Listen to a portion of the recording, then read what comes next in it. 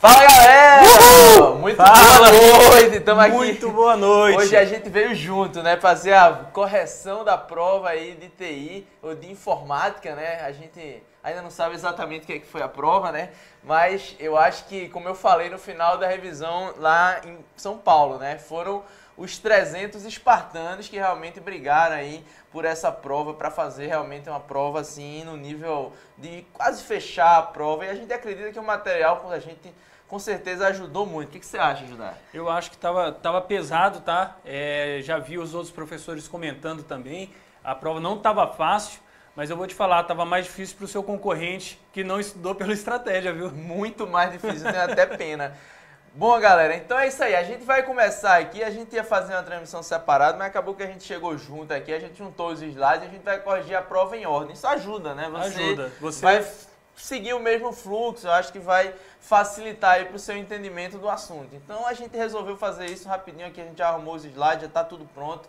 Vamos mandar bala aqui, a gente vai tentar fazer a correção de forma rápida, precisa e mostrando que uma boa parte do conteúdo estava no nosso material. E assim, o que não estava no nosso material, se você usar um pouco de heurística, eu acho que você até consegue pelo menos eliminar algumas alternativas. É isso que eu estava tentando fazer hoje ao longo, eu estava tentando ver o que eu pequei, né? Assim, eu acho que a gente tem que reconhecer um pouco o que faltou no nosso material, foram realmente, pelo menos na minha parte, pouca coisa, mas assim, o que eu acho que, pelo menos com o material da gente, essas questões poucas que você não conseguia achar qual era a alternativa correta, você ficava entre dúvida entre uma ou duas questões, beleza? Vamos lá, vamos com o slide aqui, né? Vamos começar logo. Concurso de escriturária, correção da prova, o nosso professor Judá tá aqui no nosso slide, né? No nosso... Deixa eu ver se já está funcionando a caneta aqui. O Baguinho, a caneta não está funcionando, Baguinho. Qual o problema dessa caneta? Agora foi. Não, agora não foi, não. Caneta. Tá queimada aqui. Resolve essa bronca aqui. Vamos lá. Deixa eu ter.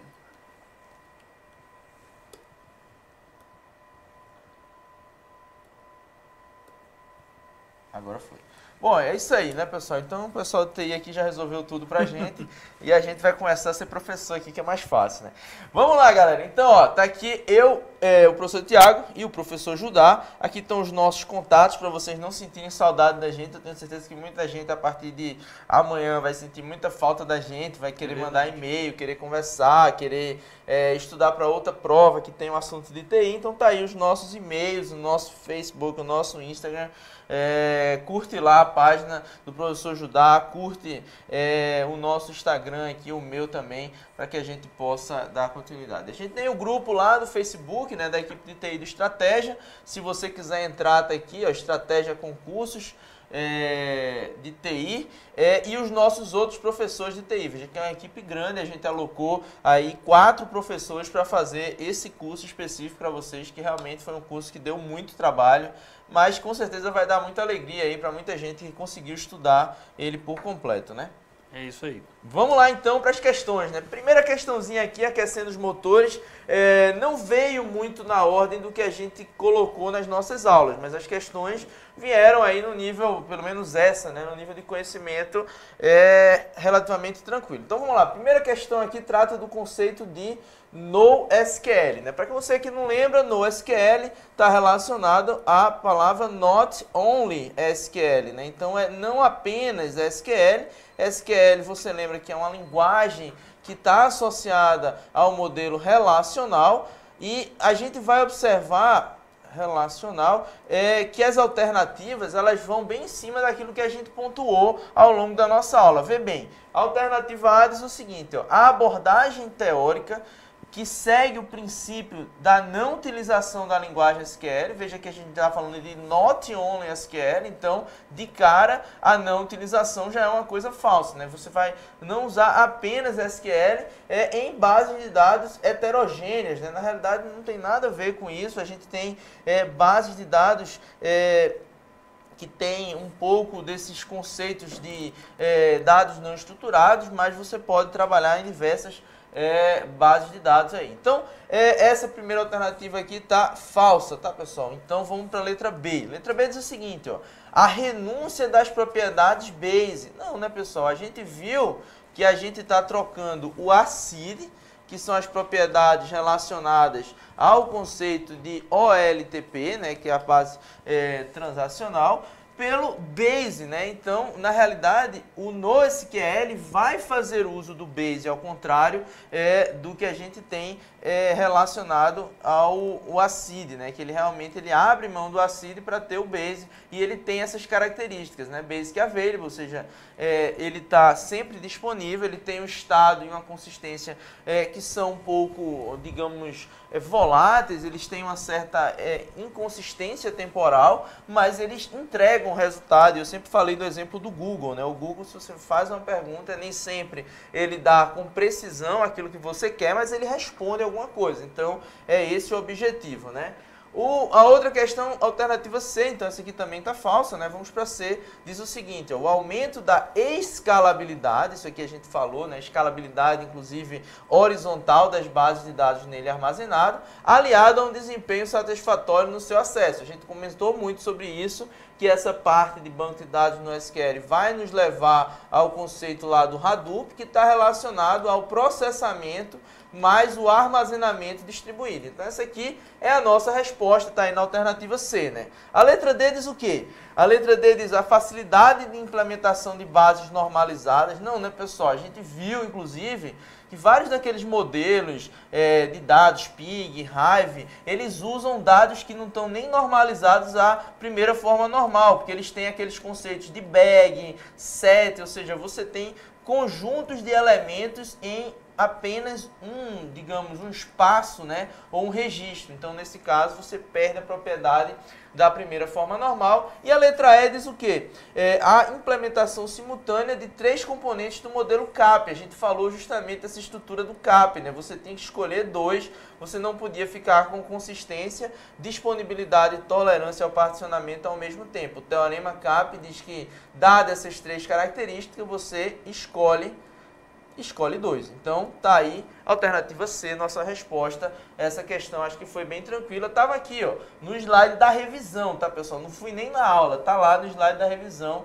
Com o slide da revisão você conseguia resolver essa questão e ir direto no conceito lá de NoSQL. Vamos em frente, vamos para a próxima questão da prova, questão de scoop, né? Galera, essa questão, para mim, ela foi uma das mais difíceis e essa eu vou dizer que eu estou com ela em débito com vocês, porque não tinha nem no material escrito, nem nas aulas de videoaula, a resposta explícita para essa questão, né? Você teria que conhecer um pouco mais da arquitetura do Scoop, como é que ele está organizado. Eu mostrei lá que você tem um comando básico do Scoop, né? Você escreve Scoop, você vai utilizar a ação, vamos dizer assim, de import ou de export, né? Você vai trazer ou não, você tem a base de dados relacional, né? Você usa o Scoop para trazer dados para o seu HDFS, né? Então o Scoop está aqui no meio e ele vai trazer dados para o Hadoop e ele também pode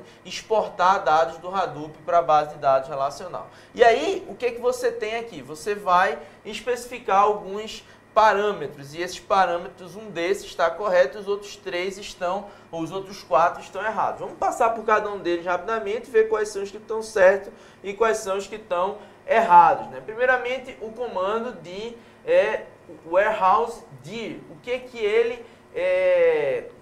ele fala, né? O que ele está associado. Veja que ele está dizendo aqui que especifica o diretório padrão onde os dados serão exportados no HDFS. Esse cara aqui não é o parâmetro warehouse dir, esse cara aqui é o parâmetro target dir. Você vai dizer, pô, professor, sacanagem, é sacanagem. Eu estou só colocando aqui para mostrar para vocês que não é esse parâmetro. O warehouse dir, ele vai falar da estrutura para tabela de destino, tá? Então é como se esse cara aqui tivesse associado a uma estrutura mais básica, não é exatamente o target ou o HDFS como um todo. Bom, isso aí é uma coisa mais de configuração, realmente não tem muito o que fazer, vamos em frente, né? Staging Area, o que é o Staging Area? A gente viu que é o Staging Area quando a gente falou lá da nossa ferramenta de ETL, né? É uma um espaço, né, que você vai trabalhar de forma temporal os seus dados, passando de um lado para o outro. Mas você consegue anular essa alternativa porque ele diz aqui, ó, no processo de exportação para uma tabela relacional. Não, né, pessoal? Esse staging area, ele geralmente é usado antes de você trazer os dados das tabelas relacionais para o seu Hadoop. É como se ele fizesse o HDFS, né? Como se ele fizesse um pré-processamento aí. Então, essa também está errada. A letra C diz o seguinte, ó, incremental, e a gente tem aqui, o que é esse incremental? Esse incremental está relacionado à forma como você vai incrementar a sua base de dados HDFS, né? Ou seja, você está trazendo dados de uma base de dados para outra e a galera quer saber como é que você cresce ou como é que você insere novos registros. Você pode fazer isso em termos de checagem de coluna, em termos de forma incremental, ou seja, você diz assim, ó, se mudou alguma coisa na coluna X, você traz os dados para cá. Ou você pode dizer, ó, de tempos em tempo, pegue os últimos registros e traga para cá. Isso são várias formas, né? Isso está associado a alguns argumentos, que são check column, incremental ou last value. E aí o que a gente tem aqui? Ele diz, ó, que o incremental permite, no modo append, a atualização das linhas da tabela de origem. Pessoal, tabela de origem não, né? A gente vai acessar o target, né? A tabela de destino, né? Então, não tem, dava para meio que anular essa questão. Veja que tanto essa coisa aqui da tabela relacional quanto essas tabelas de origem, ela nos ajuda a eliminar as alternativas B e C sem precisar conhecer os argumentos do scoop, tá? O examinador fez muito isso na prova, tá? Na alternativa D, ele fala do Meta Connect. E aí, esse Meta Connect é o seguinte, eu não sei se vocês lembram, eu falei que no Hive a gente tem uma base de dados, que é uma base de metadados, que é um banco de dados conhecido como relacional, que armazena os metadados do Hive. No Scoop é a mesma coisa. A gente tem um modelo de dados que armazena os metadados do Scoop, né? E aí, o que a gente tem? A gente tem a possibilidade de se conectar a essa base de dados, e para isso, ao invés de utilizar o parâmetro connect, que vai se conectar à base de dados de importação e exportação, a gente utiliza o MetaConnect para acessar os metadados. Então, essa aqui é a nossa alternativa correta, a letra D, de fato, né, que é o nosso Scoop MetaStore, e aí a gente não tem muito o que fazer. Eu acho que está faltando um espaço aqui, tá, galera? E aí, para finalizar, o password é basicamente quando você vai passar a sua senha, você vai informa a senha. Isso aqui não é para solicitar a senha, é para você informar a sua senha. Você passa no comando, você pode botar a informação do usuário e em seguida você vai, diz aqui o usuário Judá, né? Em homenagem ao nosso professor Judá, e a gente vai botar a senha dele. Aí a gente põe o argumento password e aí a gente põe a senha forte 1, 2, 3, 4. Pronto.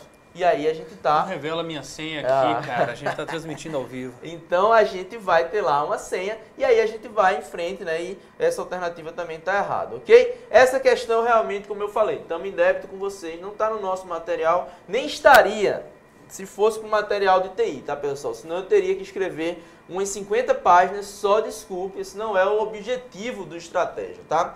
Mas vamos continuar, vamos ver o que a gente viu no nosso curso e mostrar aí que a nossa balanço de carga ele está dentro do princípio de Pareto, né? 80-20, vocês vão conseguir ver aqui que vocês vão fazer várias outras questões. Essa 48 diz o seguinte, ó, no âmbito de banco de dados relacionais, para que uma tabela esteja. Aí ele vai falar da segunda forma normal e da terceira forma normal. A gente revisou isso na nossa aula de sábado, tá? Então a segunda forma normal está associado ao conceito de dependência parcial, né? E vai dizer que todo atributo não chave, ele é plenamente dependente da chave primária, né? Então, plenamente dependente da chave primária. Já a terceira forma normal está associada ao conceito de dependência transitiva. E ele vai dizer que não existe, você precisa eliminar a dependência transitiva aí. Quer falar alguma coisa? Tranquilo? Vamos em frente, né? Então, você precisa eliminar as dependências transitivas e aí qualquer atributo que seja transitivamente dependente de outro atributo, e tem aquele conceito de não primário, né, que não faz parte da chave primária, mas você tem que eliminar a dependência transitiva. Ele cobrou o conceito dessas formas normais de forma bem tranquila. Vejam bem, ó, a segunda forma normal pode conter dependência funcional parcial. Não, ela vai justamente eliminar essas dependências. Então, essa alternativa está errada. Vamos para a letra B, né? A segunda forma normal não pode conter dependência transitiva. Aí eu vou fazer você lembrar daquela ideia que existe uma hierarquia entre as formas normais. Se está na primeira, está apenas na primeira. Se está na segunda, está na primeira e também está na segunda. Se está na terceira, está na segunda, na primeira e também está na terceira. Então, estando na segunda, não precisa estar na terceira, que é justamente o conceito de dependência funcional transitiva, né? Então, para você eliminar a dependência transitiva, você estaria na terceira forma normal. Então, aqui a gente tem mais uma alternativa incorreta, né? Falsa, porque na segunda forma normal você pode ter dependência transitiva.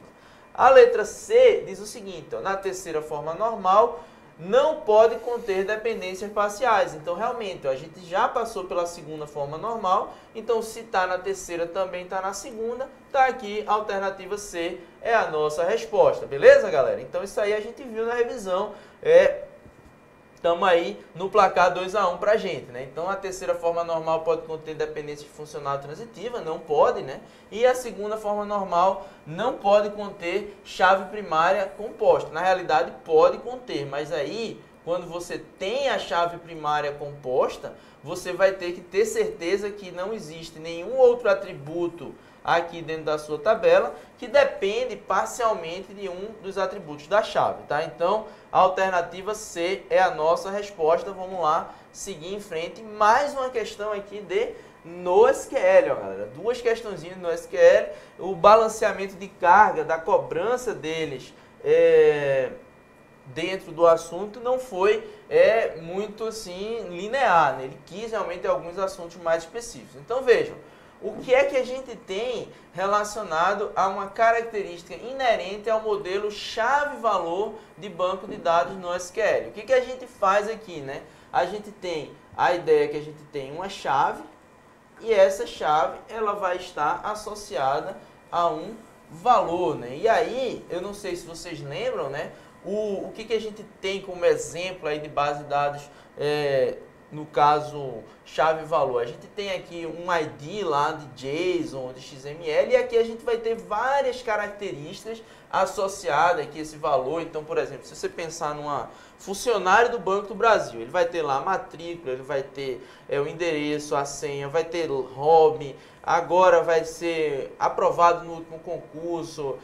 Vão ter várias características e todas elas vão aparecer aqui. E se de repente você quiser colocar uma nova característica, não tem problema. Você pega a chave do cara, o ID, chega nesse ponto, insere uma linha ou uma nova tag, né? Tag seria a palavra correta, né? Dentro do seu arquivo JSON, e aí você já está lá, como você é esquema free, né? Ou seja, você não está rígido em um determinado esquema de dados, você adiciona novas coisas dentro desse seu modelo. É justamente isso que está dito aqui na alternativa B, que é a nossa resposta. O favorecimento, a evolução de esquemas conceituais, ou seja, você pode incrementar com novas informações no seu modelo de dados sem ter tanto trabalho, sem ter tanta dificuldade, beleza? E aí as outras alternativas estão incorretas, né? Tipo, falta de suporte à concorrência. Não, pessoal, a questão a gente abre mão de algumas coisas dentro dos bancos de dados no SQL, mas a gente não abre mão da concorrência. A gente quer entregar o máximo possível, tanto é que a gente usa paralelismo, distribuição para poder entregar resultado, né? Estrutura de armazenamento interna complexa. Não, a estrutura de armazenamento é relativamente simples, é baseada no modelo de chave e valor, é como se fosse uma lista de valores associados à chave primária. Dependência de uma linguagem de consulta específica. Não, ao contrário do que a gente tem lá em SQL, em modelo relacional, aqui a gente não tem uma linguagem específica. Tanto é que a gente ensina aí várias linguagens, Pig Latin, Spark, a gente fala de várias possibilidades de linguagem. Tá? E por fim, a letra A diz que o suporte é a compreensão semântica do valor associado à chave. Pessoal, compreensão semântica de chave é a mesma coisa assim, ó, tá lá um CPF, ou tá lá um ID. Você vai tentar entender o significado desse ID, é quase que uma loteria, né? Isso aí você não precisa fazer, não faz o menor sentido. Você pode fazer a percepção semântica dos atributos, mas da chave não faz o menor sentido. Às vezes o examinador coloca uma frase assim meio até eloquente, mas não está dizendo nada, está falando um absurdo sem tamanho, tá? Então a nossa resposta está aqui na alternativa B, vamos em frente para mais uma questão. Essa aqui também ela vai trazer uma dívida aí com vocês alunos. Essa questão ela não foi trivial, eu confesso a vocês que é uma das questões que eu demorei mais analisando, porque ela traz vários aspectos da linguagem Pig-Latin, ou Pig-Latin, não sei exatamente como se pronuncia, mas é uma linguagem de programação orientada ao workflow, ou seja, é um fluxo de trabalho, né, onde cada operação realizada gera um novo conjunto de dados. Dentre suas diversas características, não se identifica, ou seja, você tem que olhar para todas essas características e tem que dizer qual delas não faz parte do Pig-Latin. Então, o que a gente tem como benefício, né? Se você lembrar do nosso curso, a gente fala, por exemplo, que SQL é uma linguagem declarativa. Isso eu acho que vocês lembram, que eu fixei isso várias vezes. Por que ela é uma linguagem declarativa? Porque você simplesmente passa o comando e o banco de dados processa e entrega alguma coisa. Você não diz o passo a passo para você produzir algum resultado. Só que você está falando aqui, ó, de uma linguagem orientada a fluxo de trabalho. Então você vai de cara, se você olhar só para a ideia básica, o fluxo de trabalho passa a ideia de um processo, de um encadeamento de ideias. Então o que você tem? Você tem uma linguagem aqui estruturada, né? Uma linguagem não declarativa, uma linguagem procedural, tá? Procedural. Essa é, digamos, o oposto de declarativo. Você vai dizer qual processo você vai trazer dentro desse fluxo. Então, de cara, vamos na nossa resposta. Ó. Possui natureza declarativa. Não, o Pig-Latin, ele possui natureza procedural, tá, galera? Então, a nossa resposta está aqui na alternativa B. Veja que é uma questão que, embora não esteja no nosso material quase todos os outros itens, para não ser injusto também comigo, tem algumas coisas que está, o que eu posso dizer é o seguinte: se você entendeu essa ideia de diferença de linguagem declarativa para linguagem procedural, e eu acredito que o próprio professor José deve ter falado também um pouco disso ao longo do curso, você conseguiu, ó, onde os usuários especificam o que desejam sem se preocupar com a forma como isso é feito. Não, né, galera? Aqui a gente vai dizer o passo a passo do que a gente quer, tanto é que é um fluxo. Você vai dizer, ó, primeiro faz um filtro, depois faz alguma outra coisa, depois você manipula isso de alguma forma e lá no final você vai ter um resultado processado. Então, as demais alternativas falam verdade sobre Pig. Eu vou ler aqui, não vou ficar dando muita explicação. Na letra A diz que ela pode ou identifica poder definir um elemento de dados como nulo. Todas as linguagens têm essa possibilidade de vazio. Cuja semântica é um valor desconhecido e qualquer operação aritmética que envolva nulo retornará nulo. Isso é fácil, né? Se eu somar nulo com 5, o que eu vou retornar aqui? Não dá para eu dizer qual é um valor, não dá para eu dizer que é 10, 11, 20, eu tenho que dizer que isso aqui é nulo porque é um valor desconhecido. Não é porque exatamente ele é vazio, é porque eu não consigo obter um valor preciso para ele, beleza? A alternativa C diz que combinar os operadores CoreGroup e ForEach de uma forma equivalente a uma operação de junção, com a segunda utilizando para o modificador flatten. Meu amigo, pelo amor de Deus, isso aqui, galera, eu vou passar 2 slides rapidinho. Isso tá lá no comentário da especificação do Pig, né? Então, tá, eu colei em inglês aqui pra galera, não deu tempo de traduzir, mas é exatamente, ó, o join com o call group, operador similar, só que o join ele cria uma coisa flat que vai ajudar os seus recursos. O Judá tá rindo aqui do meu lado, mas realmente essa questão não foi nem para um cara de TI, era para um especialista em Pig Latin, para um cara que dá aula. Era para um rapaz que escreveu o manual. O cara que escreveu o manual. Veja que eles estão querendo contratar. Essa questão realmente eu vou... Dava para fazer um recurso pelo excesso de dificuldade dela, que realmente foi descomunal, né? Aí, já que você marcou isso aqui certo, né, ou errado, né, você sabe que o Pig tem uma estrutura de controle, então aqui ele vai falar na alternativa de expressões condicionais, né? Aí ele vai falar do operador bincone, onde você vai verificar que um determinado teste. No caso de ser verdadeiro, ele retorna o primeiro valor. No caso de ser falso, retorna o segundo valor, né?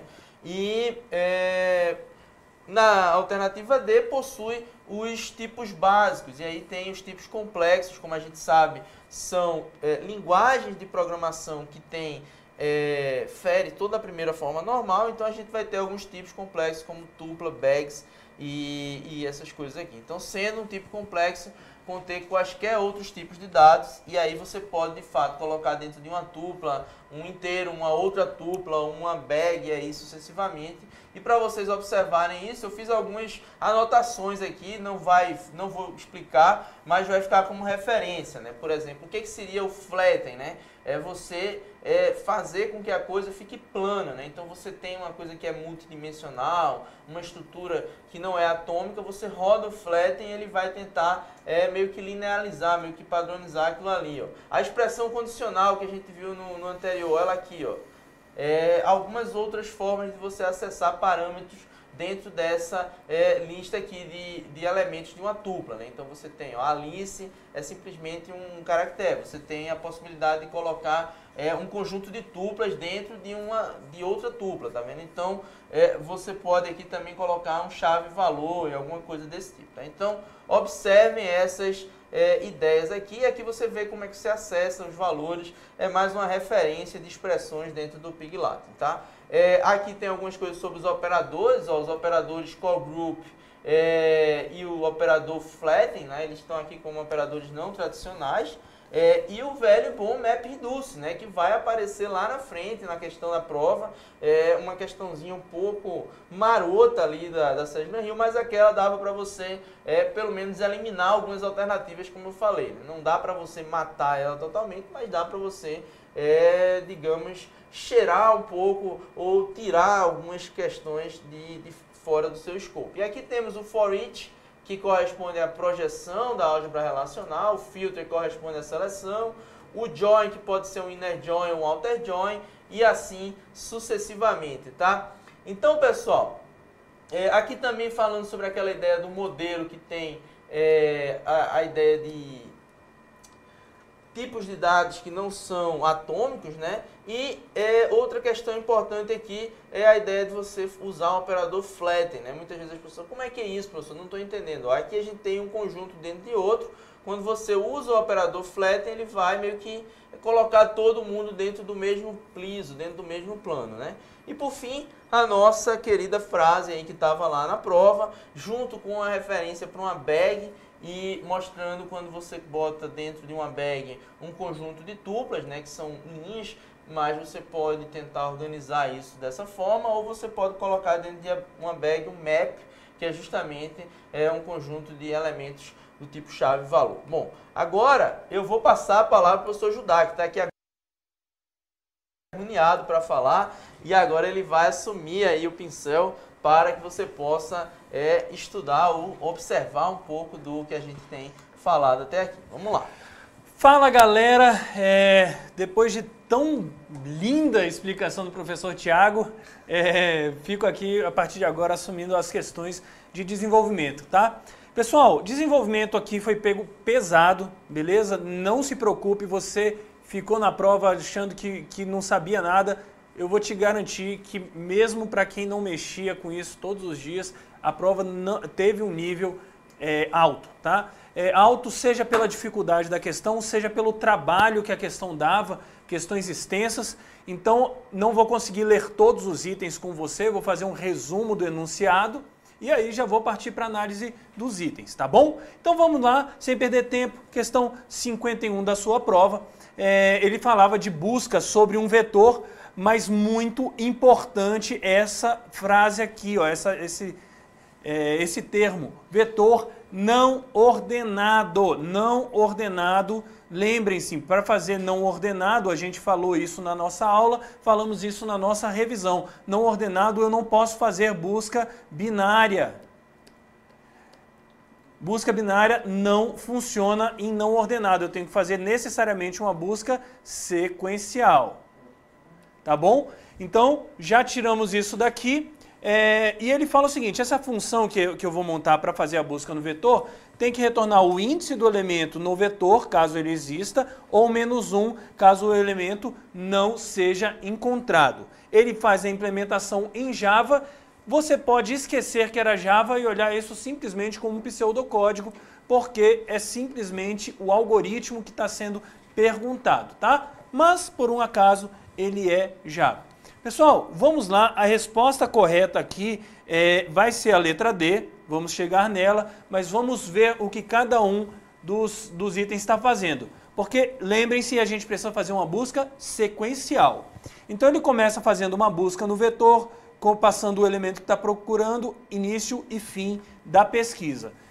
Se o início for maior do que fim, ele retorna -1. Esta aqui é uma linha muito curiosa que já mostra o que está acontecendo. Se eu pego o início e fim, divido por 2 e defino o índice, eu provavelmente estou olhando no meio do meu array. Galera, quem é que olha no meio do array para pesquisar alguma coisa? Isso aqui já está com cara de ser uma busca binária. Se for uma busca binária mesmo, esse item está errado. E vamos ver, ele olha exatamente o índice do que está no meio. Se o elemento for maior, ele olha na direita, veja m+1 até o fim. Se for menor, ele olha no início até m-1. Então, ele está fazendo uma busca binária, olha o centro. Se tiver na esquerda, se for maior, olha na direita. Se tiver menor, olha na esquerda. Pessoal, seria lindo se o meu array tivesse organizado como não está, item errado. Vou aproveitar para já analisar a letra C, onde ele está fazendo algo muito semelhante. Olha o elemento do meio, se for maior, olha na direita, olha na esquerda. A única diferença desses dois é que ele está fazendo isso daqui pelo método recursivo e aqui ele está fazendo simplesmente um ajuste das variáveis de controle. Item também está errado, pois faz uma busca binária, tá bom? Muito curioso é a letra B, que está fazendo a busca sequencial. Ele vai de 0, iterando de 1 em 1, e ele vai achando se o elemento for igual, ele retorna I. Só que ele faz uma otimização que é muito interessante em arrays ordenados. Porque se em algum momento ele acha um elemento que seja maior do que ele está procurando, se ele passou a posição, ele retorna -1 como se não fosse encontrado. Pessoal, isso é uma otimização muito interessante para busca sequencial em arrays ordenados, mas lembre-se, o array não está ordenado. Eu não garanto que o elemento seguinte vai ser maior do que o anterior. Por isso, essa otimização aqui está errada para o array ordenado, tá bom? Para array desordenado, perdão. Aqui ele está realmente fazendo por recursividade. Ele olha o array e o elemento procurado. Se o array não tiver tamanho, tiver tamanho igual a 0, ele retorna -1. Se não, ele olha o último elemento do array. Se for o último elemento do array, ele retorna a posição do último elemento do array. Caso contrário, ele retira. É um canhão para matar passarinho isso daqui, ó. Ele copia o array inteiro, retirando a última posição e faz novamente a busca em cima do array sem a última posição. É um método horrível, mas funciona, tá bom? Infelizmente, ele utilizou um método horrível como resposta correta, mas é assim, ele vai fazendo recursivamente, retirando a última posição, e aí, se não encontra, ele retorna 0.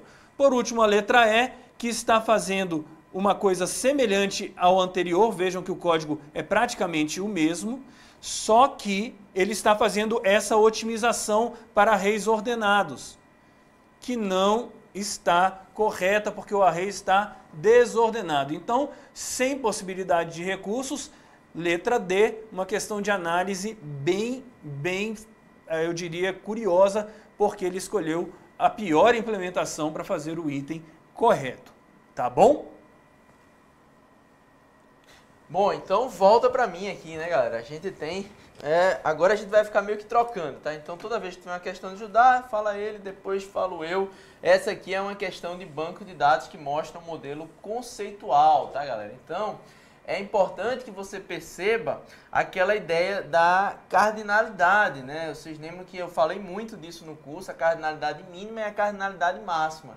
E quando ele joga essas questões, a gente fez uma questão parecida com essa da Seslan Hill para mostrar como é que os elementos de um determinado, ou as instâncias de uma determinada entidade podem se relacionar com outra entidade. Vejam aí o que acontece aqui de cara e como é que eu faria essa questão na hora da prova, tá? Eu vou mostrar para vocês. Primeira coisa que a gente observa é que C, ele obrigatoriamente precisa estar relacionado com pelo menos um elemento de A. Então, o que acontece? A gente de cara já elimina aqui a alternativa A. Por que a alternativa A, professor? Porque C2, observe que C2 aqui é um elemento do conjunto C, não está relacionado a ninguém do conjunto A, né? Então, ele fere essa definição de cardinalidade mínima, né? Ou de restrição de participação total, e aí isso já gera um erro. Também a letra B está errada, porque não aparece C1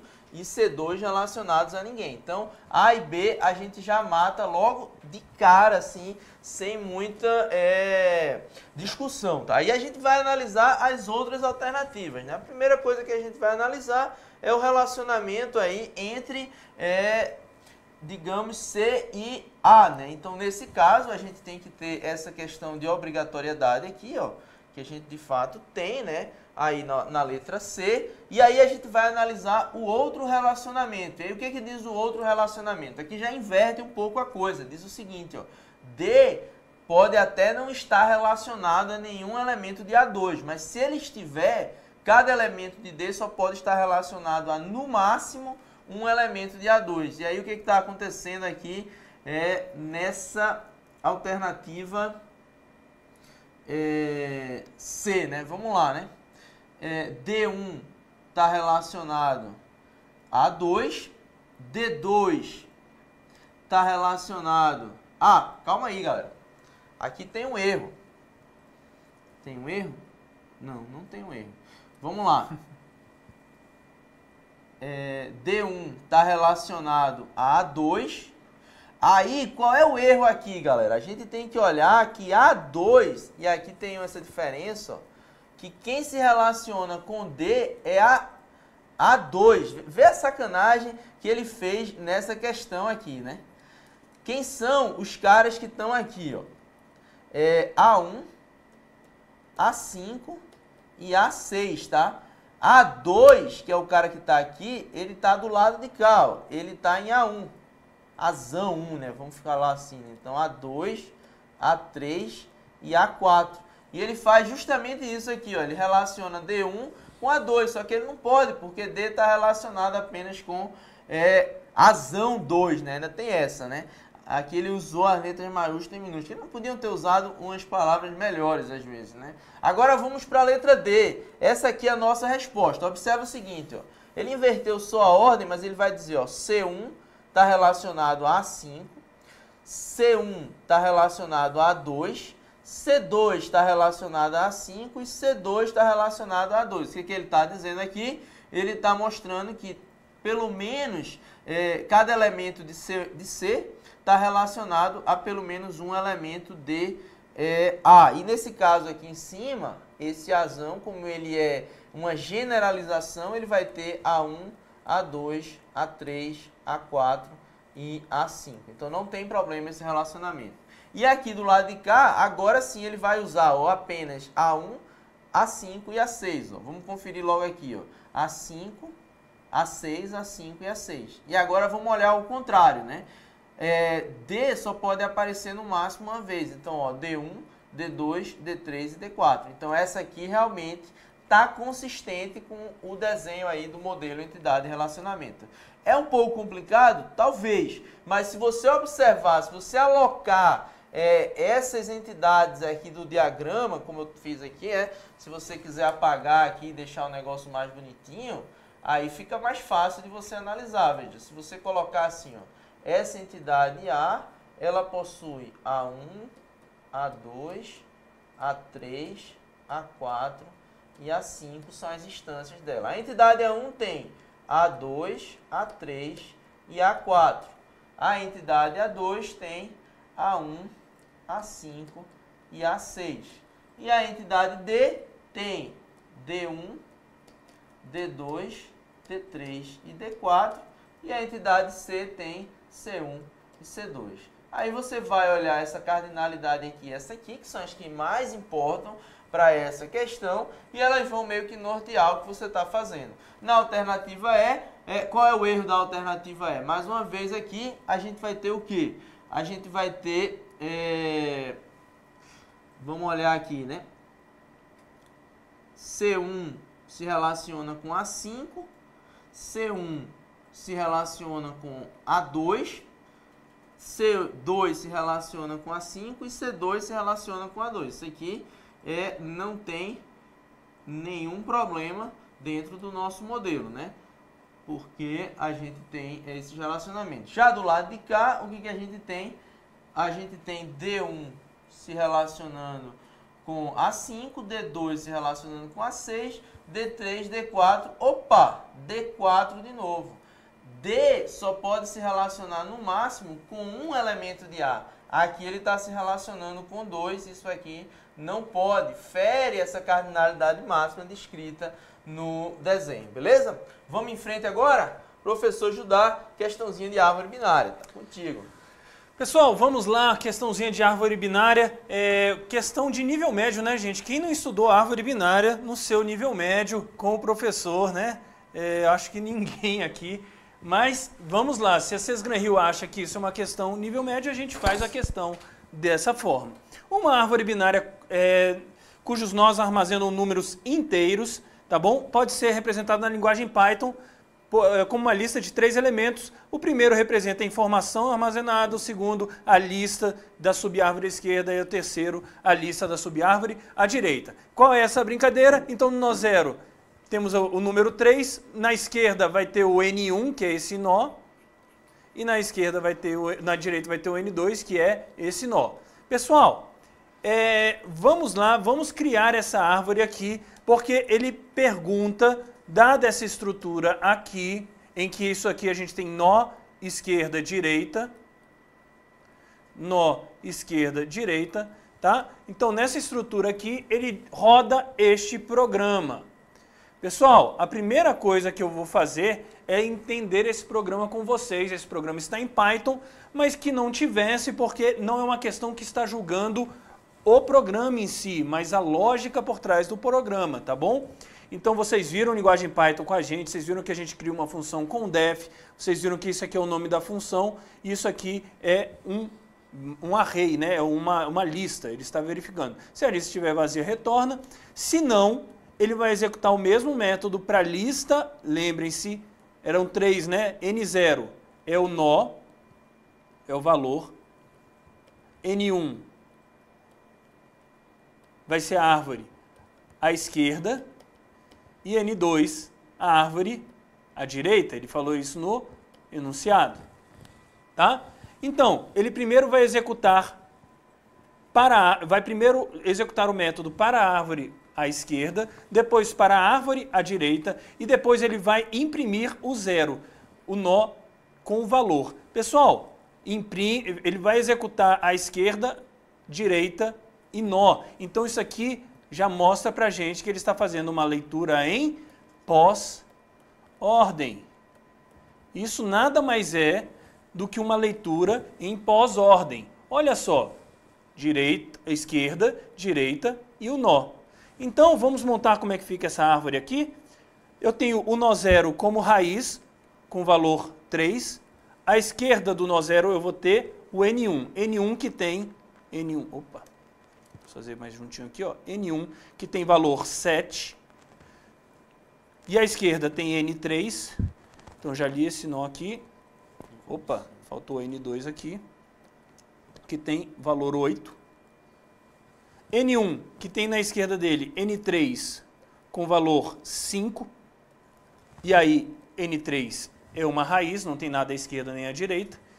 E o N1, que à direita tem o N4 com valor 9. Então, com valor 9, 9 não tem filhos nem à esquerda nem à direita. Tá bom? Matei o N1. Agora, N2 tem valor 8. À esquerda do N2 eu tenho o N5 com valor 6. Na direita não tem nada.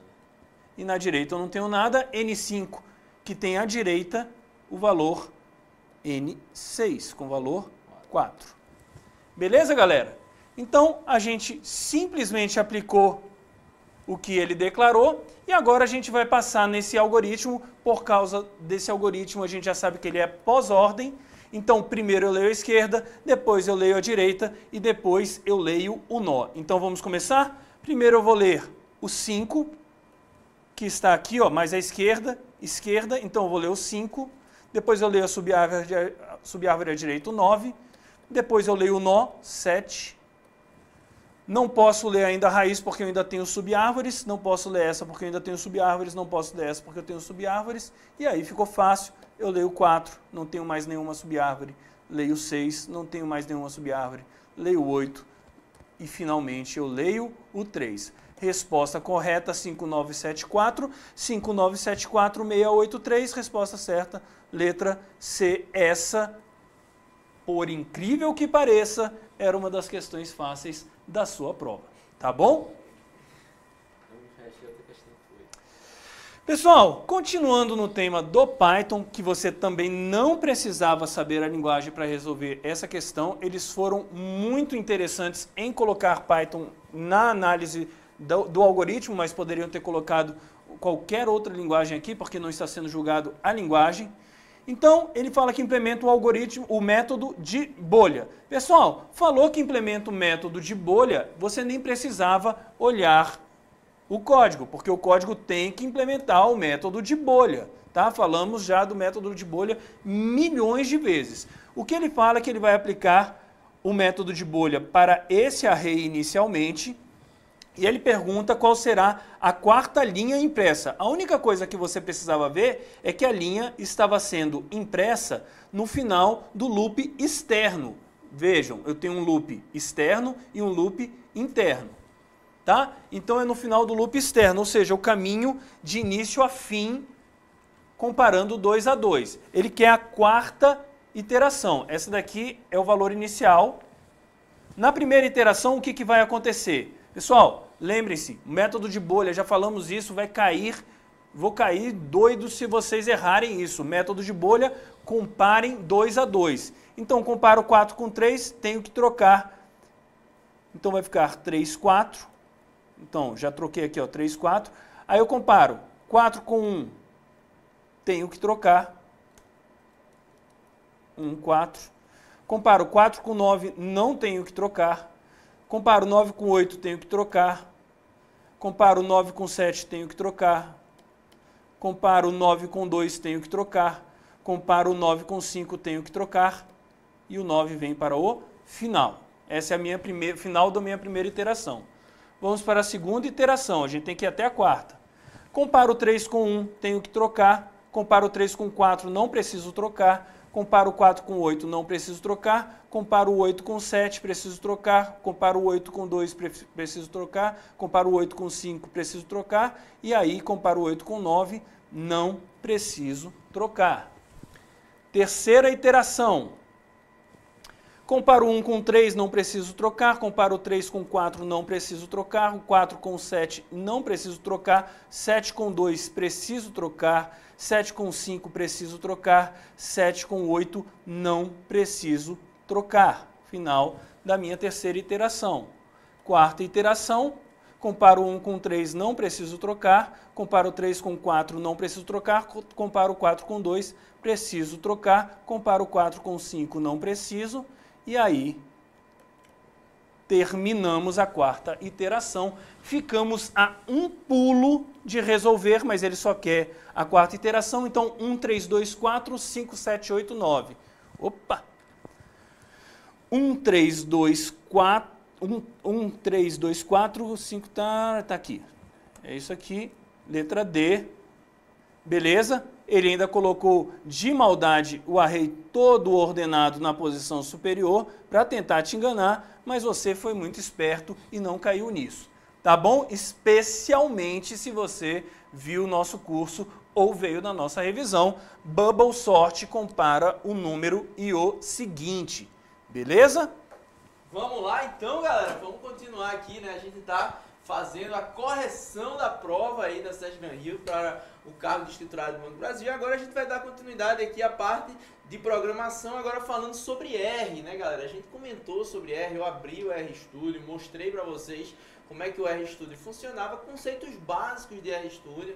A gente instanciou uma variável em R, a gente criou um vetor, a gente mostrou aquela ideia que você reusa o array, e agora a gente vai mostrar isso, como é que ele fez aqui nessa questão. Olha só o que ele fez. Ele fez assim, ó. Olha para cá, ó. O script R apresentado abaixo gera um determinado gráfico. Então a primeira coisa que ele fez foi, ó, eu coloquei até aqui o código, ó, rodei esse código para você poder visualizar como é que ele fica. Ó.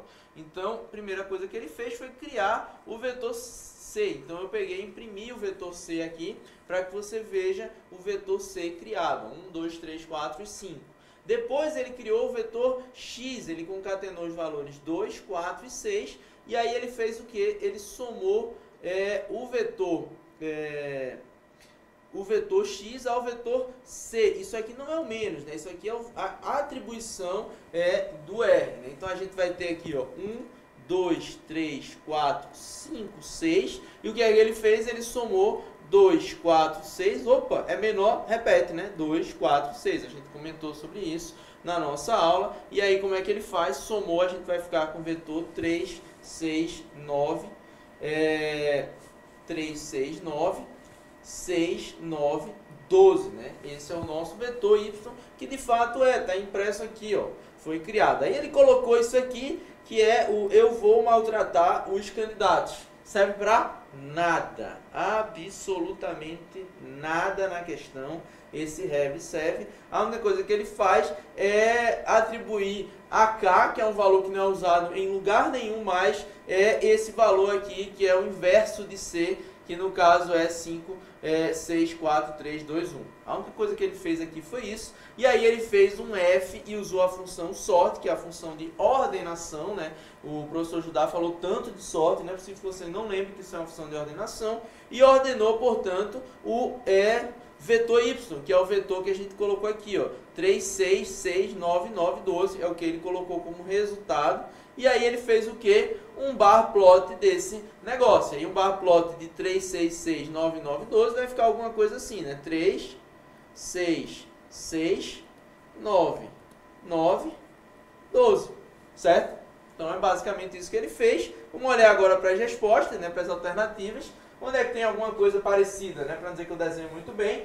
Aqui nessas alternativas está aqui, ó. Alternativa 6, 3, 6, 6, 9, 9, 12. Está aqui o bar plot aí da questão, né? Então, é uma questão relativamente tranquila se você não se injuriou e ficou com raiva desse have, tentando descobrir o que essa desgrama fazia e perder um pouco de tempo. Mas se você observou esses comandos básicos, você simplesmente ordenava isso aqui e aí você plotava isso, um bar plot, né? Ele só colocou o bar plot entre as alternativas e aí você pode marcar na alternativa C a resposta correta, ok? Vamos em frente então, vamos falar aqui da questão 56 com o professor Judá. Pessoal, dentro das minhas questões, essa daqui foi uma das poucas questões que seria um pouco mais decoreba, tá? Decoreba ou o uso também no dia a dia. Olha só, ele fala que um desenvolvedor web precisa transformar um JSON em uma variável, transformar um objeto em JSON. Eu achei maldosa essa escrita, tá? Porque isso daqui é um objeto que tem um formato JSON, mas sendo muito purista, JSON tem que ser um formato texto. Tá? Então, ele fez uma análise muito purista. Do D1 ele quer guardar um texto e não um objeto JSON.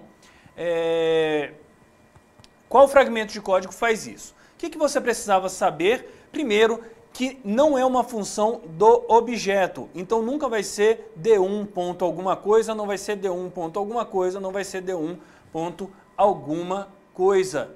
Essas três você já poderia eliminar de cara. A função que faz passe não é função do objeto, tá bom? Esse objeto não tem esse método declarado dentro dele.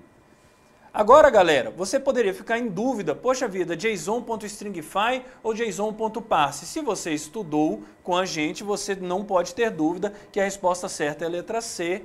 O nome da função é stringify. Se você não estudou com a gente, mas é um rapaz safo que gosta de eliminar itens, você ia ver que dados não é uma variável declarada em nenhum lugar. Então esse item também estaria errado por eliminação ou porque você estudou bastante, letra C de casa. Beleza? JSON.stringify, esse daqui é um método que vale a pena ser decorado, está lá no nosso material diversas questões cobrando exatamente esse método.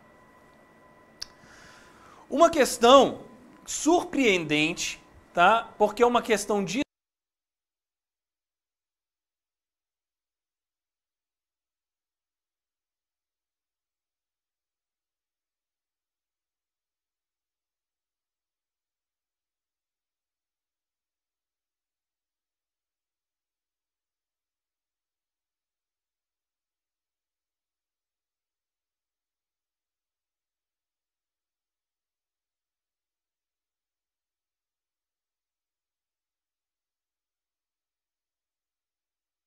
Scala, pedindo a linguagem Scala. Galera, muito curioso Sesgran Hill fazer essa pequena maldade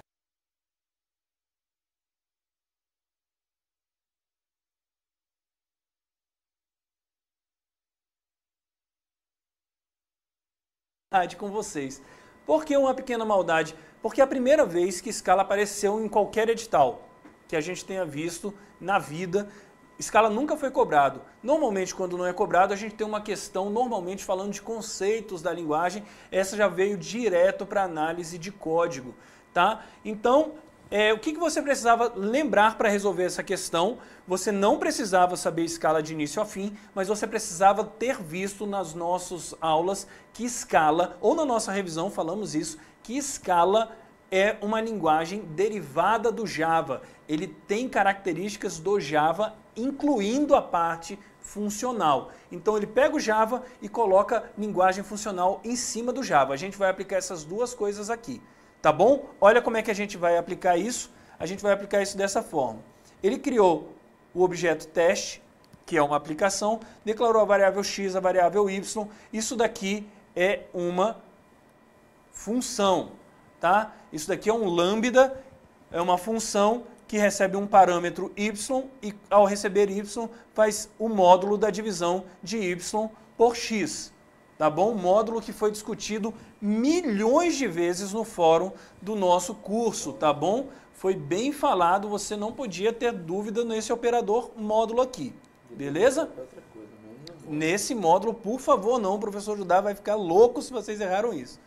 Então é uma função que simplesmente vê o módulo da divisão do parâmetro passado por x, beleza?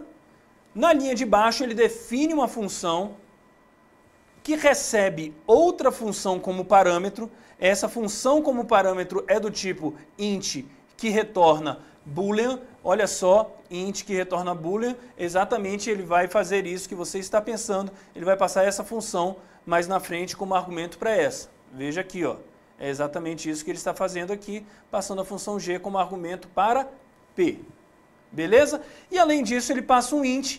A função p nada mais faz do que encaminhar o int passado, veja que é o x, ele passa isso para a função de cima. Então, quando você chamar defp, passando alguma coisa, ele vai repassar essa coisa para o valor y e, por último, esse valor y vai ser testado contra x. Perceberam? Muito indireto, ele tentou esconder a lógica do que estava acontecendo, mas a gente foi mais esperto do que ele e viu que este número vai ser passado para fazer o módulo com x. Então, esta linha aqui faz o quê? Ela faz 20 módulo valor corrente de x, 2, e ele vai testar se isso é maior do que 0, retornar um boolean. Isso é maior do que 0? Pessoal, 20 módulo 2 dá 0. 0 é maior do que 0? Não, ele retorna false. Novamente, só que agora ele seta x para 3. Passa o mesmo valor 20, então eu vou ter 20% 3.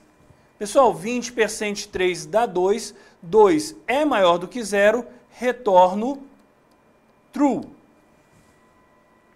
Por último, ele faz y igual a 2. Galera, y é igual a 2, porém, y não é passado como parâmetro, tá bom? Y não vai ser utilizado, ele simplesmente usou y para você se confundir com o escopo. Este y aqui não é usado, apesar de ter o mesmo nome. Então, isso aqui continua agora sendo 21 módulo 3, porque o y não entra no escopo das duas funções anteriores.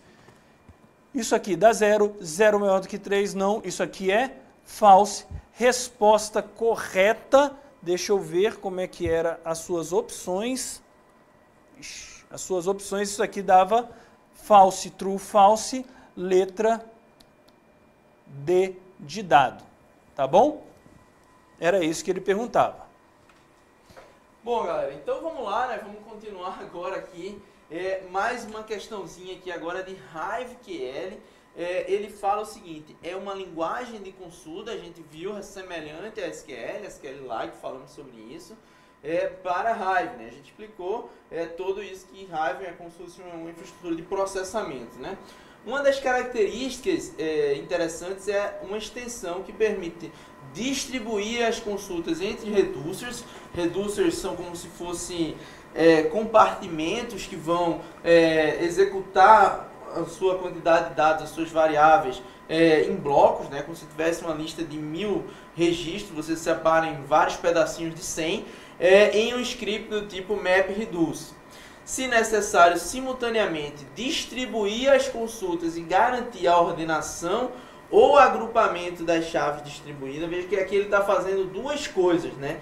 Ele está distribuindo a consulta, isso aqui a gente viu seria o distributed by, né? A gente está distribuindo uma consulta, distribuindo algo entre os diversos nós. Mas se ele quiser garantir a ordenação, aí a gente vai para o cluster by, que seria o outro comando, a outra palavra-chave. Então, ou o agrupamento das chaves distribuídas, deve-se usar a extensão cluster by. E aí eu coloquei aqui como uma referência para vocês entenderem, o sort by, order by, distributed by, cluster by são ações que você pode executar. E o que eles fazem respectivamente? O sorter by ordena os redutores, ou seja, se você tem aquela ideia que eu falei, né, de 10 blocos, ele vai ordenar cada um desses blocos e vai deixar eles separados. É como se ele estivesse passando essa mensagem para os seus diversos executores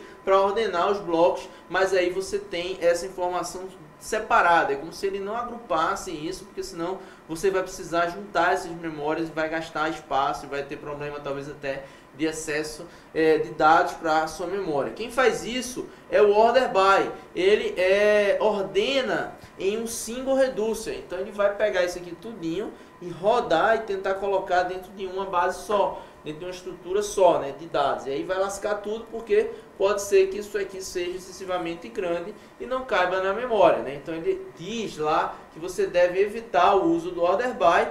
O distributed by, a gente viu, a gente pode usar isso inclusive na criação de tabelas, né? A gente diz como é que ela é distribuída entre os diversos parâmetros, né? Você diz, ó, eu quero distribuir por cidade e por estado, né? E você vai então alocando as pessoas por cidade e por estado, e aí quando você faz uma consulta, você consegue ter que esses elementos eles estão dentro do mesmo arquivo de disco, né? E aí, eita pau. E aí, o que acontece? A gente vai ter aqui a questão que o Distributed By, ele vai falar então só que ele vai fazer isso sem colocar o dado em dois ranges diferentes, ou seja, você está distribuindo, por exemplo, a gente vai agrupar por região e por estado. Então, a região Nordeste vai ter a Paraíba, região Nordeste vai ter Pernambuco, região Nordeste vai ter a Bahia, né? Então, o que acontece? Todos os registros que têm essa característica ficam aqui, todos os registros que têm essa ficam aqui. Então, essa característica de usar o Distributed By, ele vai separar sem sobreposição. E o Cluster By, ele vai fazer a mesma coisa sem sobreposição, só que ele vai ordenar aí os seus registros dentro de cada um dos seus reducers. Então, é só um exemplo aí do que está acontecendo. Então, tá aí a nossa resposta na alternativa C. Essa questão, para mim, ela pegou um pouco pesado demais. Tem coisas mais simples de Hive que poderiam ser cobradas do que cobrar essa questão aqui. Mas ninguém entende muitas vezes a cabeça do examinador, né? Vamos em frente, então. Vamos para outra questão que estava na nossa revisão. Questãozinha agora mais mamão com açúcar, uma questãozinha mais tranquila, né?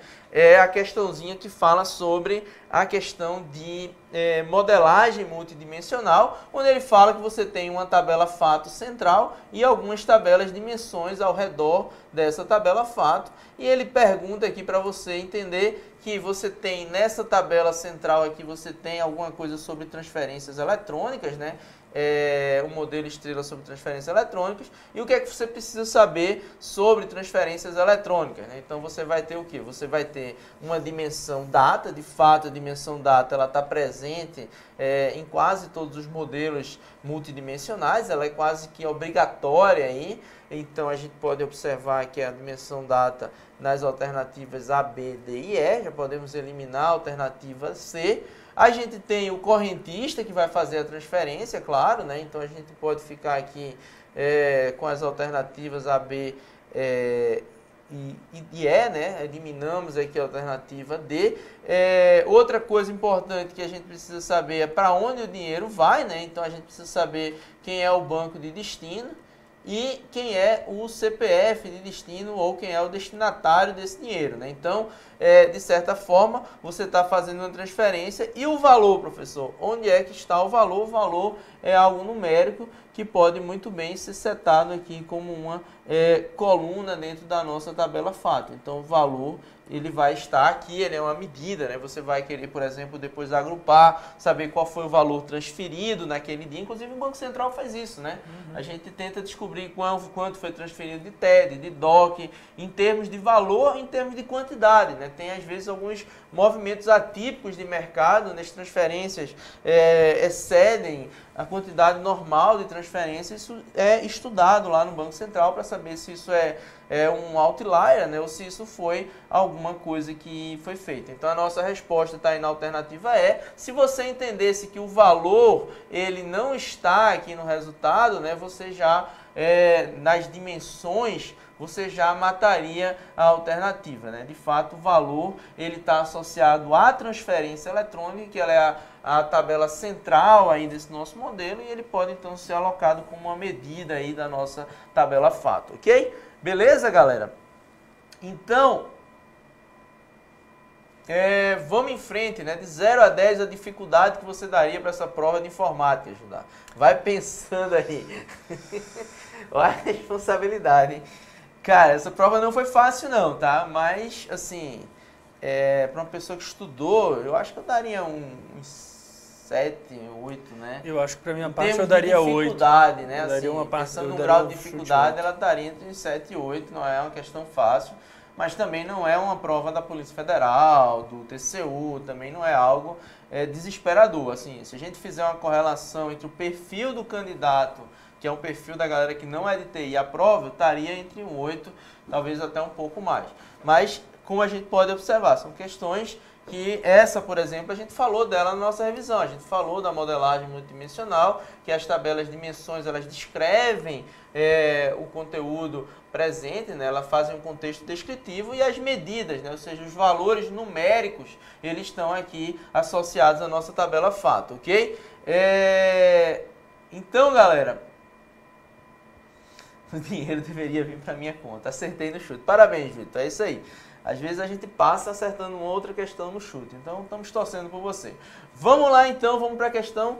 Sou eu agora. 60 sou eu. Vamos lá, a questão de SQL, tá, galera? Veja que o fluxo da nossa aula, a gente está totalmente trocado aqui no edital. Acho que a banca deveria ter feito um negócio um pouco mais estruturado, tá? Mas, beleza, vamos em frente. A gente não tem que ficar criticando isso da banca. Vamos ver o enunciado da questão. As tabelas a seguir compõem um banco de dados simplificado de um banco comercial, onde o campo sublinhado indica a chave primária. Está aqui a chave primária sublinhada, beleza, né? Vocês podem observar isso.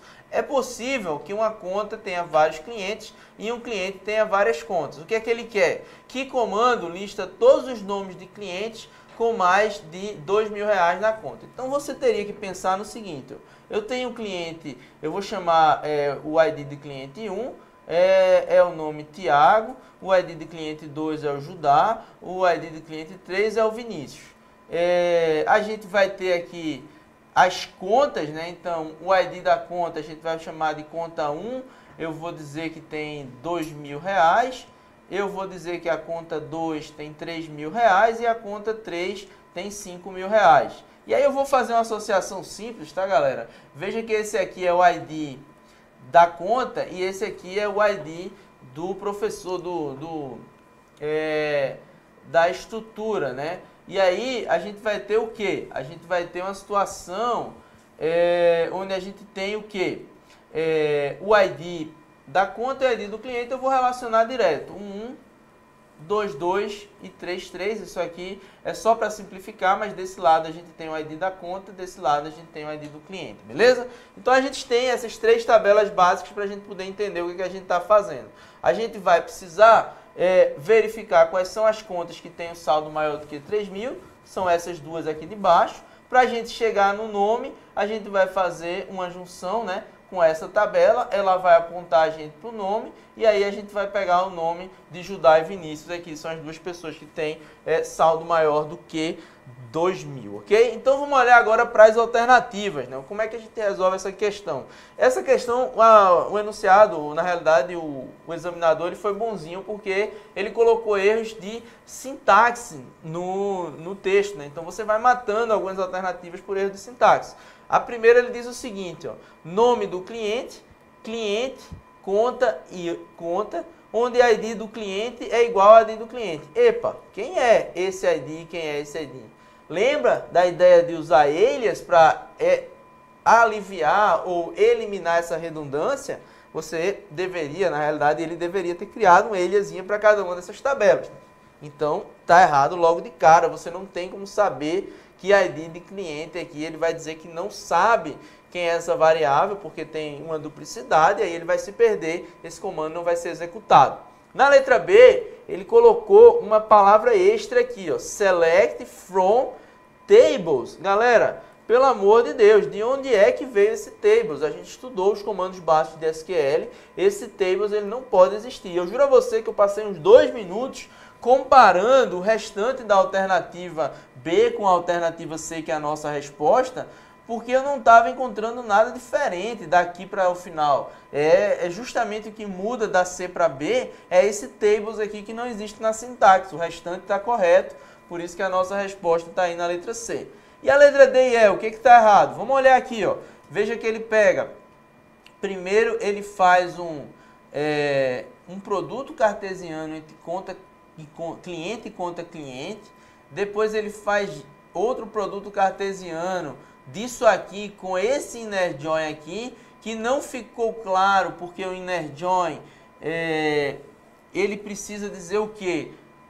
A sintaxe do inner join está errada, né? Você tem a tabela A aqui, inner join, tabela B, e aí você vai ter que dizer qual é a condição de junção, né? Se é uma condição on, e aí você vai dizer quais são os atributos, isso aqui precisava existir justamente por essa ambiguidade aí, ou você vai dizer que isso aí é um natural join, e aí você teria que de certa forma trocar esse in, né, por natural join, ok?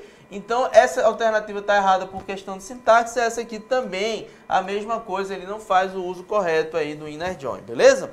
Então galera, vamos em frente aqui, vamos para a questão 61 com o professor Judá. Vamos lá, galera. Aquelas questões fáceis, tá? Essa daqui é uma questão fácil e eu ainda vou dar um presente para vocês no final. REST é um protocolo de comunicações sem estado, representa o corpo de uma chamada REST. Deseja saber, pessoal, como eu busco o cliente 23232 utilizando o REST? Pessoal, chamada REST. Chamada REST não é resposta REST, tá? Então, eu não vou mandar, a gente estudou, a gente viu isso na nossa aula, o REST, a chamada é feita utilizando os métodos HTTP.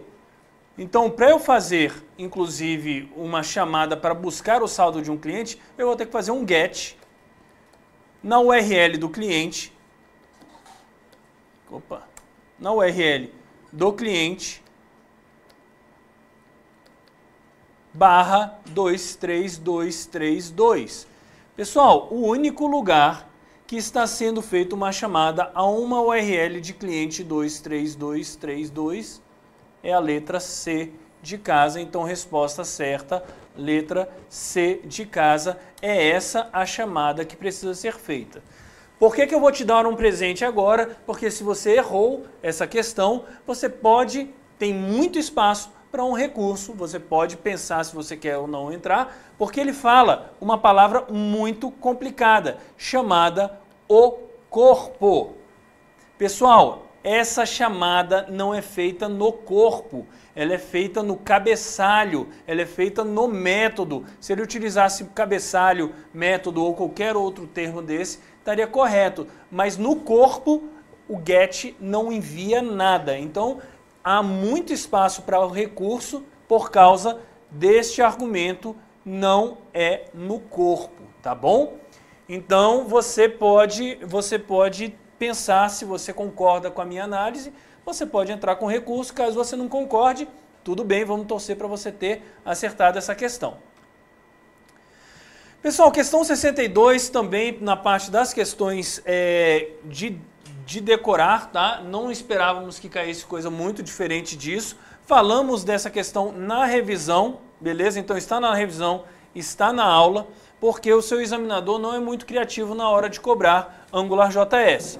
Então ele pergunta o seguinte: no AngularJS, qual é a diretiva correta para ligar um elemento de entrada de dados da visão com um campo input do tipo texto?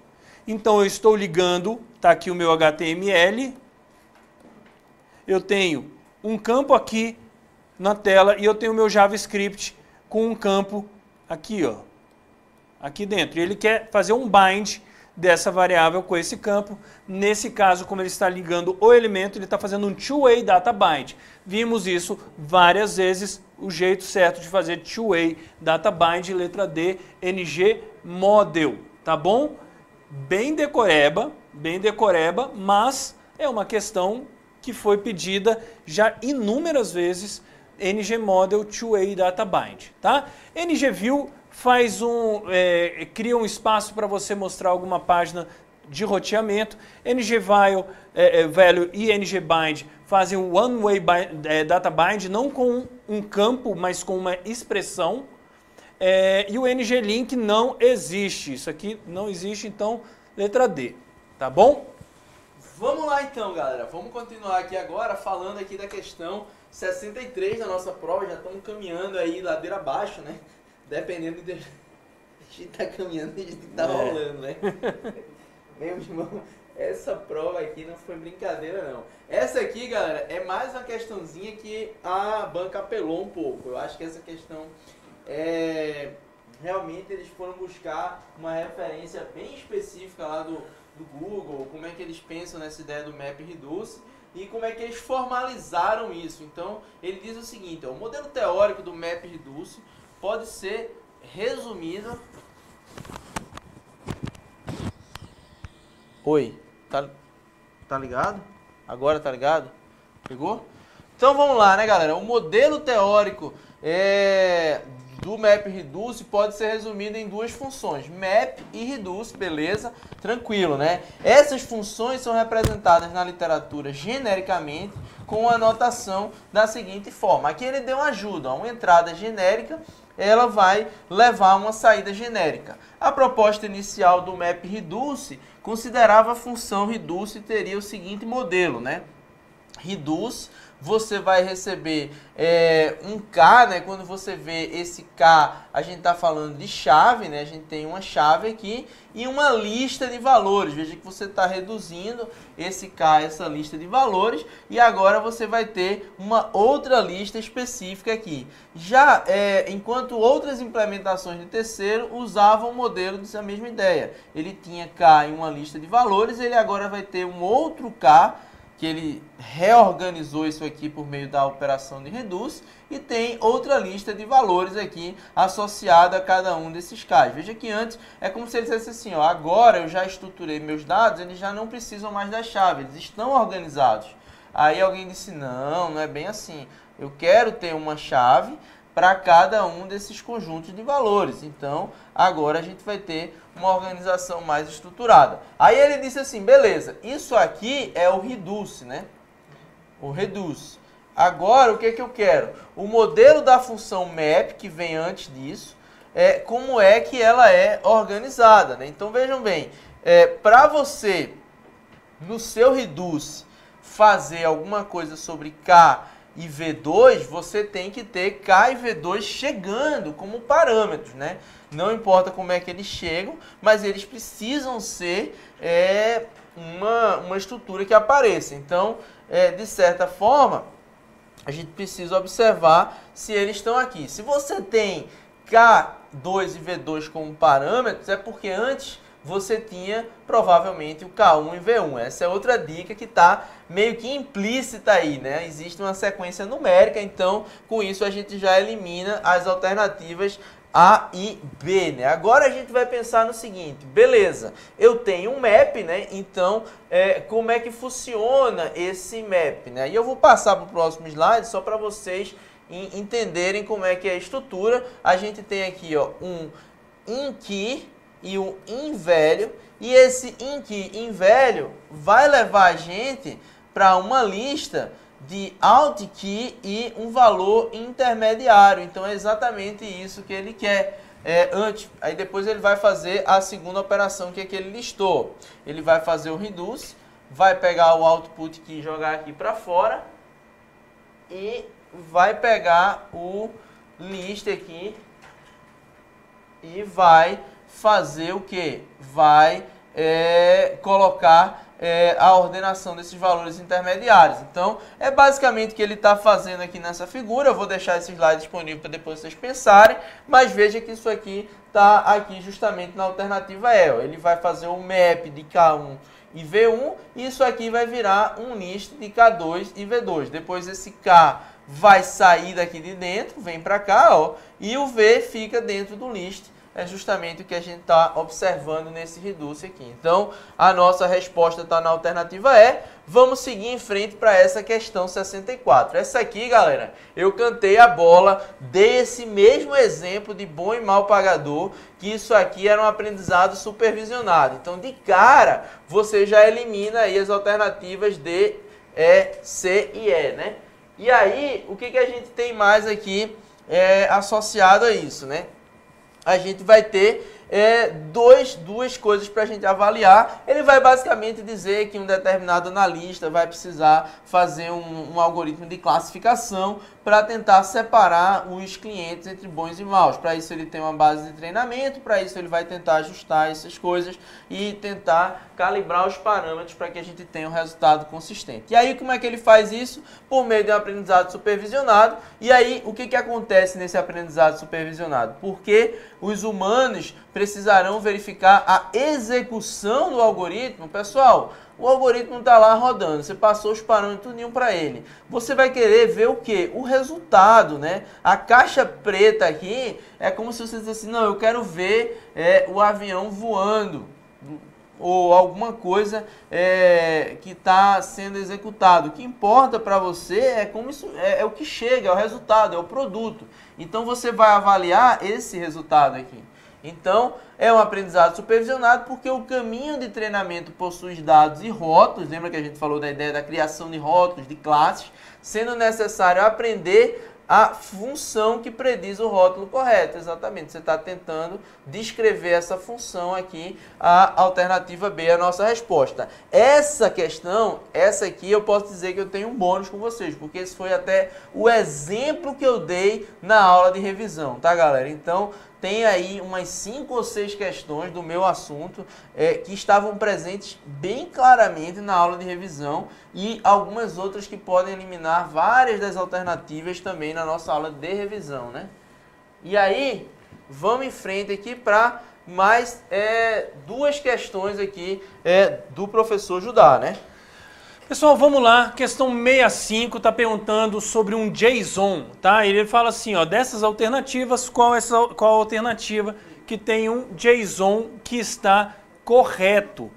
Pessoal, a gente fala que a banca pegou pesado, mas a gente também tem que reconhecer quando a banca faz uma questão fácil. E esta, definitivamente, uma questão fácil que a gente falou provavelmente nos 5 primeiros minutos da aula sobre JSON e provavelmente nos 2 minutos que a gente falou de JSON na revisão também tinha essa questão. Por quê? Um JSON bem formatado precisa ter, já elimino a primeira aqui, ó, ele precisa ter os atributos, entre aspas, simples ou duplas. Questão A está errada. Mesma coisa, a questão B, não tem aspas duplas aqui, então errada. A questão C é a resposta correta, tá bonitinho esse JSON. A questão D, se você viesse para cá, você ia ver, poxa, tá com valores, com aspas, tudo lindo, tô seguindo bem, olha só que legal. E aí ele cria um array utilizando chaves. Pessoal, falamos disso também na revisão e na aula, array em JSON com colchetes. Então, questão errada, pelo mesmo motivo e mais os anteriores também em colchetes aqui, está errado e ainda tem esses nomes sem colocar aspas. Então, errado por eliminação ou por escolha, correto, letra C de casa. Essa era a questão fácil da sua prova, apesar de grande, muito tranquila. Tá bom? Aqui uma outra questão, que é uma questão de código. Isso aqui a gente está vendo era o Node.js. Node.js.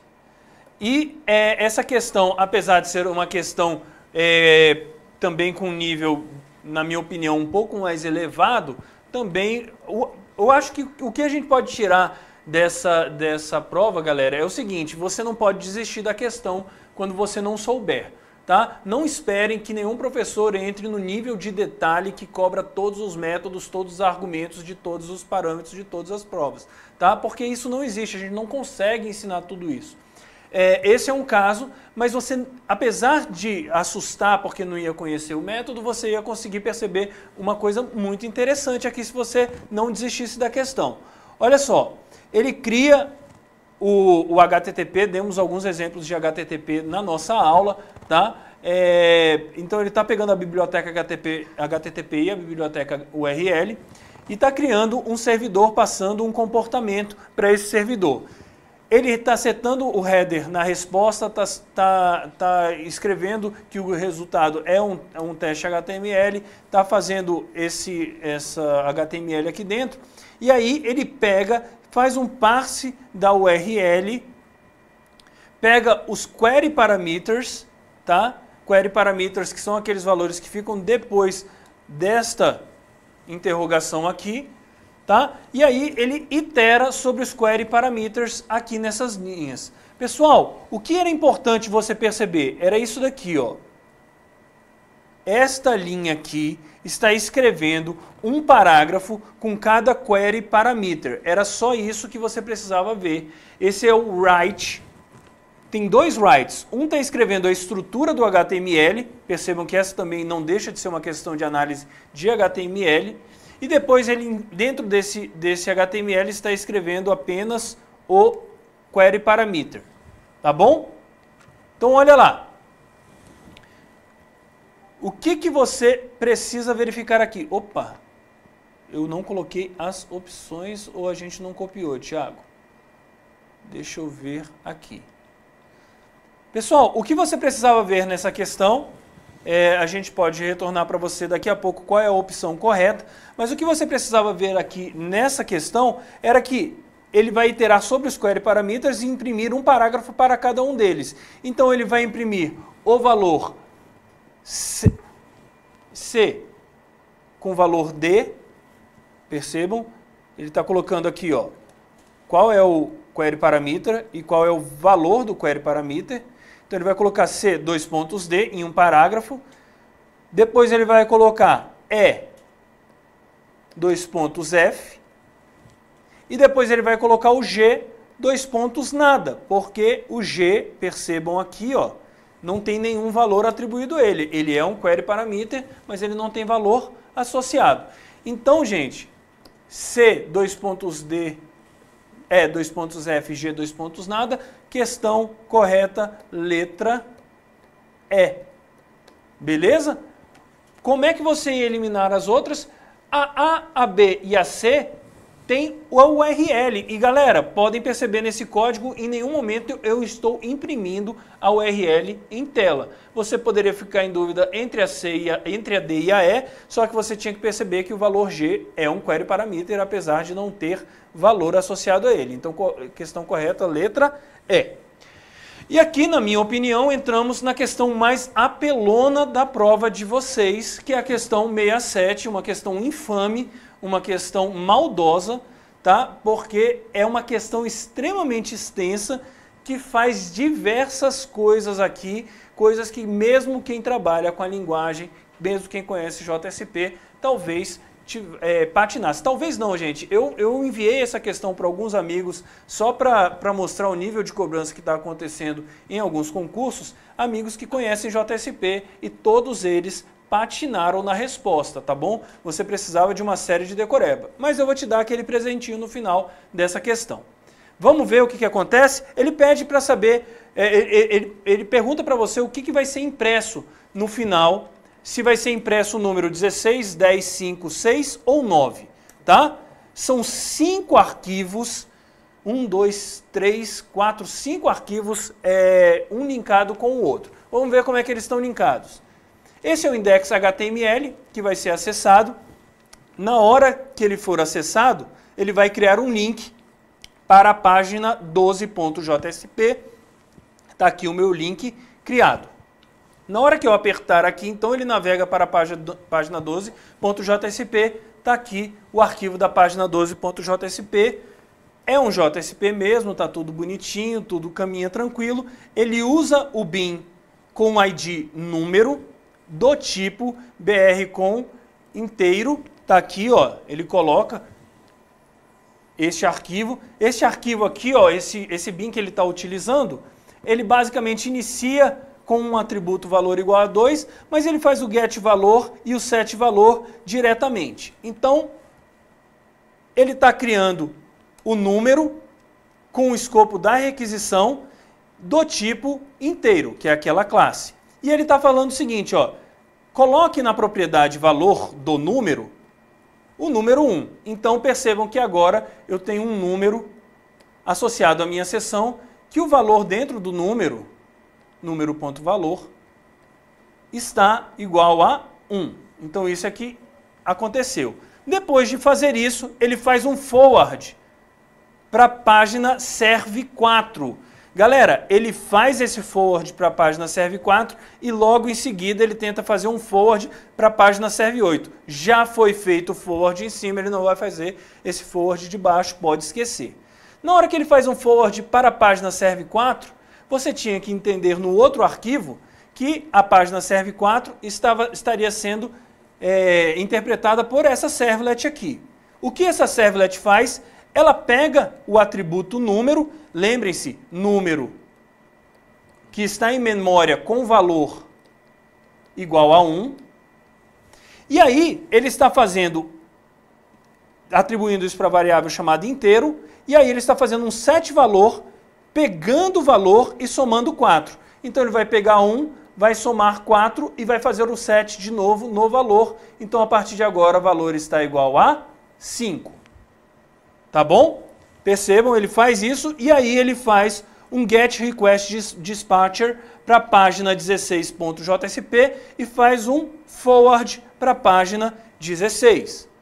Pessoal, a página 16 está aqui e aí ele pede na página para usar de novo o bin com ID número, que está no meu escopo de request, também mesma coisa de antes, então ele achou, já está aqui, e aqui está a maior maldade da questão. Galera, esse JSP.setProperty está dentro do escopo deste useBin, perceberam? Essa tag useBin ela é aberta aqui e ela é fechada aqui, esse setProperty está dentro dela. Você precisaria saber que o setProperty dentro do useBin só é executado quando esse bin é criado pela primeira vez. Ou seja, se você colocasse isso daqui na linha de baixo, fora do escopo do useBin, ele estaria modificando o valor para 16. Como esse bin já está criado, esse código não vai ser executado porque o bin já foi criado.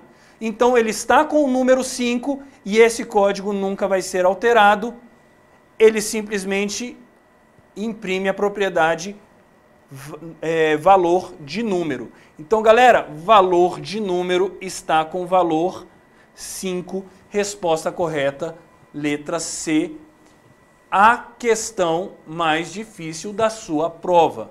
Tá? Você precisaria fazer uma caminhada enorme por 3 páginas de questão, conhecer esse detalhezinho do setProperty, que quando ele está dentro do useBin, ele não é executado. Tá bom? Qual é o presente que eu vou te dar? Porque você provavelmente chutou essa questão. Se você acertou essa questão, parabéns. Você nunca mais estude JSP. Você já sabe tudo que existe. Até o dono, se eu tivesse escrito esse código de JSP, eu teria errado. Mas o que eu vou te dar de bônus é que essa questão precisa ser anulada no meu ponto de vista, por causa disso daqui. Pessoal, ele está fazendo forward aqui, ó, para a página serve 4. E aqui essa página está sendo servida em /bb 2017 serve 4. Então, se você rodar esse código, ele não executa por causa dessa parte relativa aqui, que deveria estar aqui. Para rodar, você deveria ter feito /bb 2014 serve 4. Então, esse código está errado. Você pode tentar entrar com um recurso. Seria muito interessante que a banca acatasse esse recurso, tá bom? Havendo isso, não tem resposta correta, porque o código simplesmente não executa. Tá bom? Galera, questão 68 é uma questão também que não é difícil, mas é um código muito longo que precisa ser analisado. Ele fala que ele vai fazer um HTML e um JavaScript para que quando um número seja selecionado aqui, apareça um alert no seu browser com a mensagem 2 e o OK aqui. Tá bom? Aí ele pergunta, qual é o código que faz isso? Pessoal, a primeira coisa que você precisaria saber é que o evento de seleção num select chama onChange. Tá bom? Ele vai tentar te enganar falando que esse evento é onSelect. Então, não é onSelect. Essa questão está errada porque aqui deveria ser onChange e não onSelect. A questão B tem toda a cara de estar bonitinha, ela está usando o onChange, mas esse daqui também está usando o onChange, esse aqui está usando o onSelect D, está errado, e esse aqui está usando o Select D, está errado também. Então você poderia ficar entre a letra C e a letra B de bola. E aí você precisaria conhecer que não existe um valor para o campo selected, tá? O selected fica dentro da opção aqui, tá? Então, dentro da opção Selected, essa daqui é a forma correta de você achar o campo selecionado. Então, resposta correta, letra B de bola. Foi uma questão mais puxada, mas você tinha que ter uma decoreba aqui em cima do JavaScript. Infelizmente, você poderia eliminar 3 de cara por causa do onChange, mas ficaria entre essas duas e aí você teria que conhecer a estrutura do seu campo select. Tá bom? E aí, galera, para terminar a nossa prova, nossa questãozinha, não sei se você assistiu a nossa aula de revisão, tava até com o cubo mágico. Para quem não viu, o cubo mágico já tava resolvido, hein, galera? Se vocês olharem a foto que eu postei do Estratégia, no do Estratégia, tava lá pendurado o cubo mágico resolvido. Ele já tá embaralhado de novo, porque toda vez que meu filho pega ele, ele embaralha. Então, mas está lá a foto do cubo mágico resolvido, né? E quando eu falei do cubo mágico, eu mostrei e conversei sobre as operações, né? A gente falou das operações de drill, e aí a gente viu drill across, drill through, drill down e o roll up, o drill up. E aí a gente viu as operações de pivot, rotate, slice and dice. E aí ele diz o seguinte, ele faz esse texto todinho aqui, ó, funcionário responsável pelo controle material, lá. Ele executou sobre a tabela P essas duas operações aqui e ele pergunta quais são essas operações. Na primeira, a gente observa o que aconteceu, né? Ele tinha a dimensão tempo orientada por trimestre e aqui ele agrupou isso e deixou apenas o valor da orientação por ano. Veja que ele deixou esse total aqui até para facilitar a sua vida, né? Mas o que ele fez foi pegar esse valor aqui e agrupar nesse valor aqui. Então isso aqui é uma operação de roll-up, né? Você subiu na hierarquia dos dados, você agregou os dados. Então a gente já fica aqui entre as alternativas E e D, né? E aí o que ele fez nessa outra tabela Y? Você observa que produto estava no eixo horizontal, né? Ele passou para o eixo vertical e o trimestre que estava no eixo vertical passou para o eixo horizontal. O que ele fez daqui para cá? Ele simplesmente rotacionou essa tabela, né? Então, veja que os dados são mesmo, ó, 40, 25, 32, 56 continuam aqui, ó. Ele só mudou a perspectiva de linha por coluna, então isso aqui é uma rotação pivot ou rotation, né? Então a nossa resposta de fato está aí na alternativa E. É uma questão relativamente tranquila também dentro dessas questões da prova, né? A gente falou um pouco sobre isso aqui dentro do contexto de operações de OLAP, né? Então essas operações OLAP elas permitem você navegar ou manipular essas dimensões de dados e avaliar sobre diferentes perspectivas. Então acho que essa foi a última questão, né, Judá?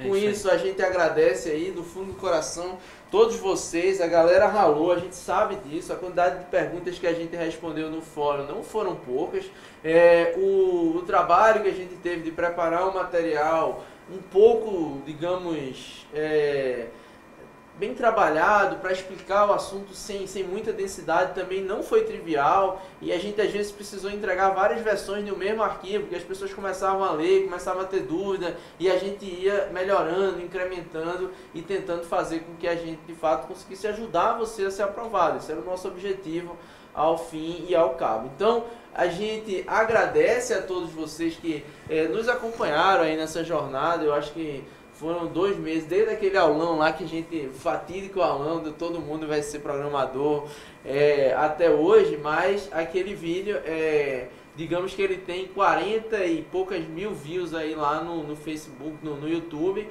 e hoje a gente tem aqui, depois de 300 e pouco passando pela revisão, alguns 200 e tantos assistindo isso ao vivo. Então a gente vê que o filtro foi pesado aí sobre as pessoas que fizeram a prova e poucas pessoas ainda estão tentando aprender e se esforçar para atingir o nível necessário para passar. Então a gente parabeniza você que conseguiu fazer uma boa prova. A gente tem certeza que alguns alunos fizeram boas provas pelas perguntas que a gente vê no fórum.